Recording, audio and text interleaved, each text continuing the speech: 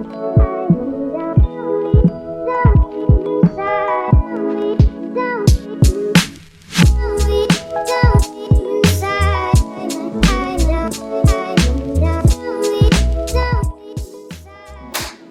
रहा बुल्ला। नमस्ते दोस्तों, क्या हाल चाल है आपके। अच्छा देख रहे हो चैनल में नए नए ग्रीटिंग्स शुरू हो गए हैं, सेटअप हो रहा है भाई चैनल। ठीक है, चलो पिछली वीडियो की अपार सफलता के बाद जिस पे आपने हमको 150 व्यूज़ से नवाज दिया, तो हमें लगा कि कुछ न्यूजीलैंड में इमिग्रेशन करियर इस टाइप की वीडियो बनानी चाहिए। तो आज है वीडियो का topic how to get the PR इन न्यूजीलैंड। PR द फुल इज्जत, परमानेंट रेजिडेंसी की, कभी भी आओ कभी भी जाओ, कंट्री के दरवाजे हमेशा खुले हुए हैं। ठीक है, तो ये वीडियो किसके लिए है? ये वीडियो बेसिकली उनके लिए जो यहाँ आके पढ़ाई कर रहे हैं एंड दे आर होपिंग कि आगे जाके रेजिडेंसी, परमानेंट रेजिडेंसी और सिटीजनशिप के लिए अप्लाई करें एंड दे गेट द काला passport and they formally become Kiwis. तो this is this video all about. बाकी एक लीगल डिस्क्लेमर देना चाहूँगा कि मैं कोई इमिग्रेशन लॉयर नहीं हूँ, but I have gone through this process my self. तो इस वीडियो में I am sharing my experience and things I have learned, तो मेरा गला पकड़ने मत आ जाना। ठीक है, चलो शुरू करते हैं। सबसे पहले हम बात कर लेते हैं एलिजिबिलिटी कि भाई एलिजिबल कौन है यहाँ पे रेजिडेंसी डालने का ना। तो एलिजिबिलिटी यार किसी के पास, जिसके पास भी जॉब ऑफर है इन अ स्किल्ड फील्ड, कि जहाँ पे जैसे न्यूजीलैंड में जिस चीज़ की शॉर्टेज है और तुम्हारे पास वो स्किल है और उस चीज़ का तुम्हारे पास जॉब ऑफर है, प्लस तुम्हारी एज एक सेट पर्टिकुलर नंबर पे है।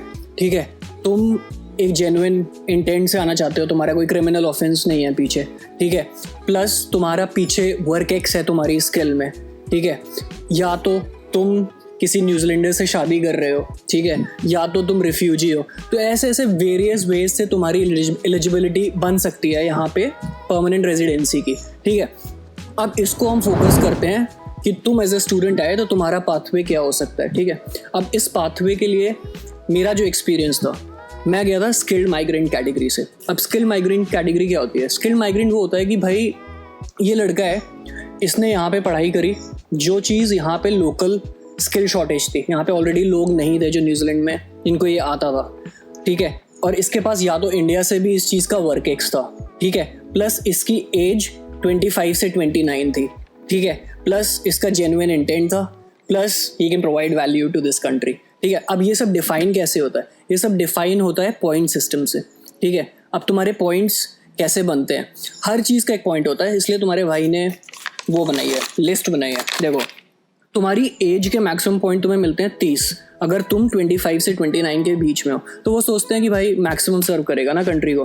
तुम्हारे अगर 5 साल का वर्क एक्स है तुम्हारे पास, तो मैक्सिमम पॉइंट तुम्हें 20 मिल सकते हैं। 2 साल का होता है तो 10 मिलते हैं, ऐसे मिलता है। ठीक है, तुम्हारी एजुकेशन अगर न्यूजीलैंड से हुई है, ठीक है, या तो स्किल शॉर्टेज में, उसके 20 पॉइंट होते हैं। ठीक है, तुम्हारी इंग्लिश कि तुम्हारी फर्स्ट लैंग्वेज है, इंडिया में फर्स्ट लैंग्वेज तो होगी नहीं, तो टोफल के स्कोर या आईलेट्स के स्कोर पे डिपेंड करता है।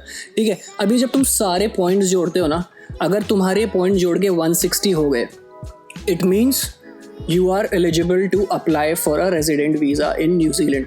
ठीक है, अब आपने सारे पॉइंट जोड़े, आपके पास 160 पॉइंट हो गए, आप जाओगे, आप एप्लीकेशन करोगे एक्सप्रेशन ऑफ इंटरेस्ट की।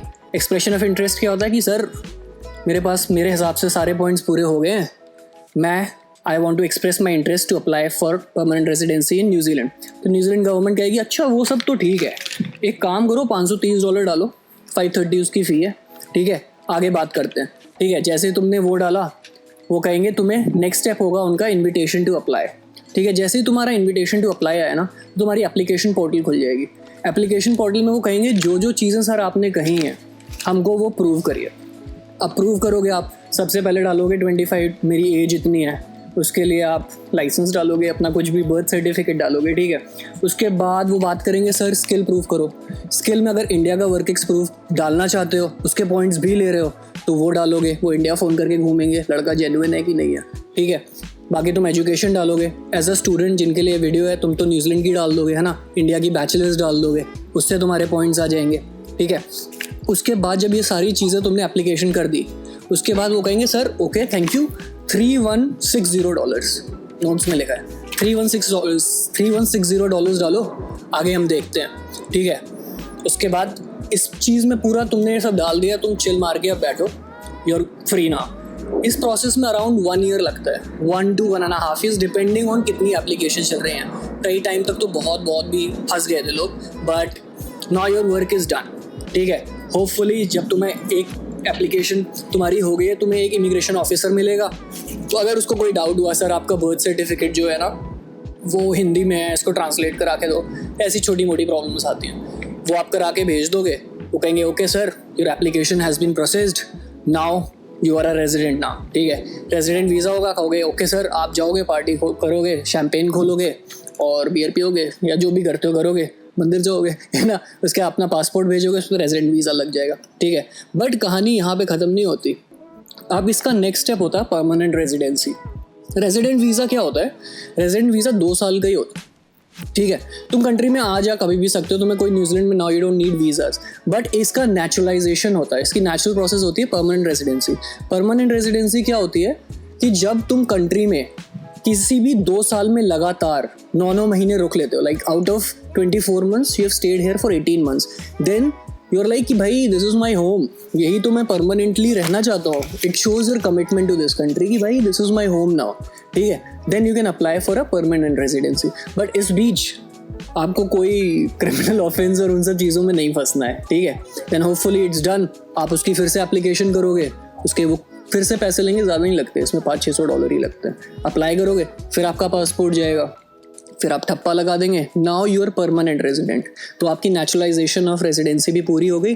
अब आप कभी भी जाओ कभी भी आओ, कोई गेम नहीं है, you are fully free now. ठीक है, लेकिन अब इससे अगर आपको इससे भी नेक्स्ट स्टेप में जाना है, ठीक है, तो इसके नेक्स्ट स्टेप में जाने का है सिटीजनशिप। सिटीजनशिप में क्या होता है, आपको यही चीज़ 3 साल करनी है और कमिटमेंट दिखानी है कंट्री में रहने की। तो 3 साल में 9 महीने आपको रहना है। जैसे ही हो गया, you will be like sir I want to apply for a citizenship. कहेंगे ओके कूल, उसमें आप एप्लीकेशन करोगे। काफ़ी सिंपल प्रोसेस है, सिटीजनशिप में इतना नहीं होता क्योंकि तुम पहले ही रेजिडेंट वीज़ा उन सब में तुम्हारा सब कुछ प्रोसेस हो चुका होता है। ठीक है, तो अप्लाई करते हो, इट टेक्स अराउंड 3 months। उसके बाद वो तुम्हें एक ओथ टेकिंग सेरेमनी में बुलाते हैं, वहाँ पे सारे लोग आए होते हैं जिनकी ओथ लेनी होती है। वहाँ पे तुम न्यूजीलैंड को अपनी लैंड बताने के लिए ओथ लेते हो, फोटो खिंचाते हो, then you formally become the citizen of this country. So this is how it works. ठीक है, अब इस चीज़ में एक प्रो टिप देना चाहता हूँ तुम्हें। अगर तुम एज अ स्टूडेंट आ रहे हो ना और तुम्हें प्लान करना है पूरा कि मेरा एंड गोल भाई वो ओथ टेकिंग सेरेमनी है, तो तुम्हें ये करना है कि तुमने जैसे जिस चीज़ में पढ़ाई करी है ना, उसको देखना है कि वो स्किल शॉर्टेज में है। लाइक हर रीजन का अलग अलग होता है स्किल शॉर्टेज। ठीक है, अब इसमें एक बहुत इंपॉर्टेंट चीज़ आती है ANZ-SCO कोड। ANZ-SCO कोड क्या होता है? वो होता है Australia New Zealand classification of any job. ठीक है, इसका फुल फॉर्म यार मैंने 1 मिनट रुक जा, कहीं लिखा हुआ था, रुक जा, वीडियो में यहाँ पे लिख के आ रहा होगा। तो वो होता है, ठीक है, अब तुमने किसी भी जॉब को तुमने पढ़ाई करी, ठीक है, अब तुम्हें देखना है कि यार मैंने सिविल इंजीनियर की पढ़ाई करी है, तो इसके जो सिविल इंजीनियर के ANZ-SCO कोड होते हैं ये होते हैं, और उसकी जॉब और ड्यूटीज़ ये होती है। तो कोशिश जब तुम करना, जब तुम पढ़ाई कर रहे हो ना, तो स्किल शॉर्टेज में ही पढ़ाई करो, और जो जॉब मिले वो उसका जॉब का डिस्क्रिप्शन ANZ-SCO कोड से मैच करे। जब ये सारी चीज़ें मैच होंगी ना तुम्हारी, तब तुम ये वाले पॉइंट्स क्लेम कर पाओगे और तुम्हारी लाइफ ईजी बनेगी। ठीक है, समझिए। तो look this up and there is a lot of information over the internet on this. मैं कुछ लिंक्स डाल दूंगा जो इमिग्रेशन वेबसाइट के ही है, and if you have any problem let me know. I'm not an immigration lawyer, but I'll try to help you out. Or if you think this video was of any help to you, consider subscribing. नहीं भी करोगे तो चलेगा bro. ठीक है, चलो, see you next time.